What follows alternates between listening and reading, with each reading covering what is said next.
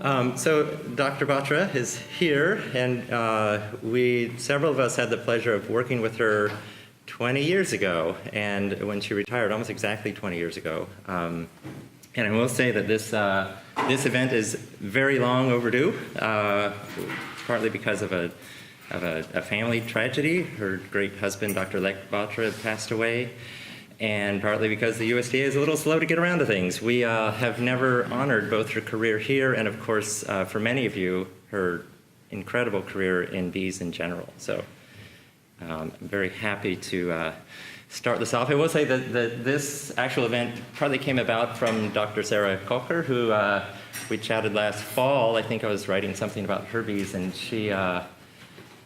Suzanne's name came up, and she's like, Suzanne lives near you, and very much wanted to meet her and have her students meet her, and it went from there. And Sarah and Dr. Miriam Richards and Dr. Francisco Posada and I kind of decided to make something happen, and they did a lot of the work.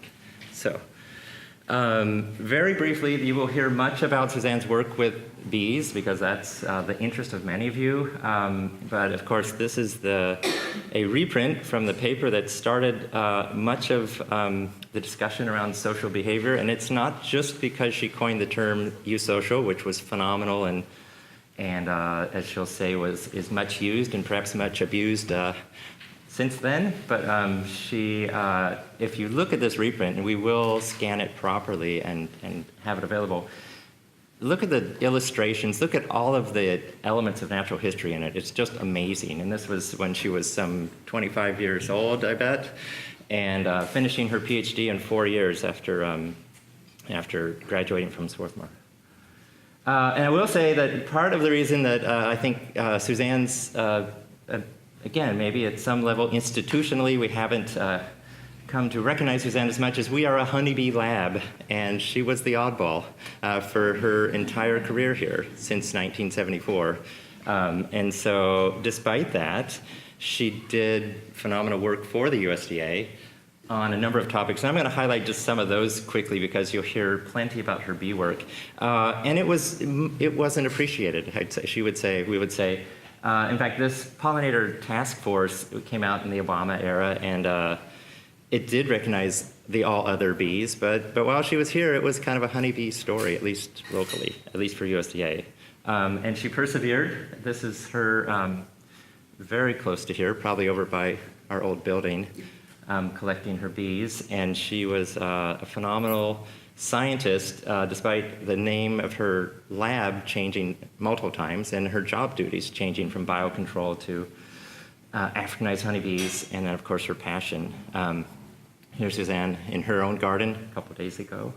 And I will say, so I'm going to focus on the 1980s because it's an era of her work that the bee people might not remember. And this is her with her great husband, Dr. Lek Batra, in 1985-ish, right? 25th wedding anniversary. Himself an eminent scientist here at the USDA. And they had a number of works together and separately, but they were very much, along with raising a couple of great kids, very much scientific partners for many, many years. And some of the work that you might not have bumped into, this was work on fungal mimics on blueberry. So blueberry is an agricultural crop, and I think that was the interest. Like, had done a lot of work with blueberries. But of course, they teased apart the story of these fungal parasites on the plants, and how using UV technology, which was rare at that point, a regular film camera, right? It was just a filter on a film camera. They were able to show the tracking that these fungi did to bring in bees and get themselves dispersed. Suzanne has had 8 papers in Science, and this is her bathroom where she highlights those.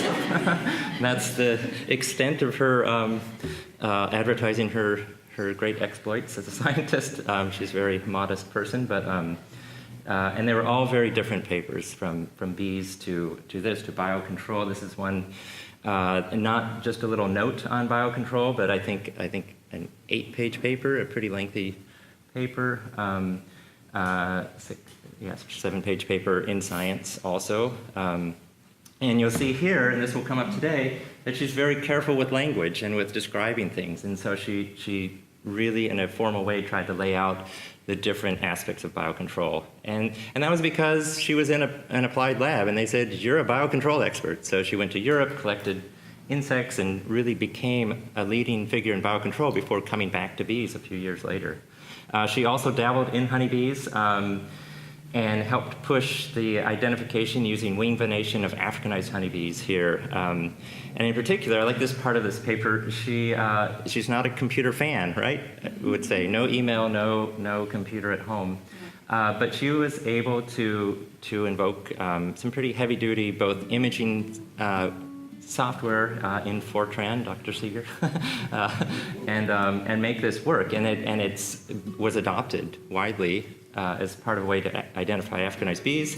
It's also kind of a precursor in general for automatic, like facial recognition. Not that technology. Not that, yeah, she's not getting any patents on that, but she really, this was again in the mid 1980s that she worked this out.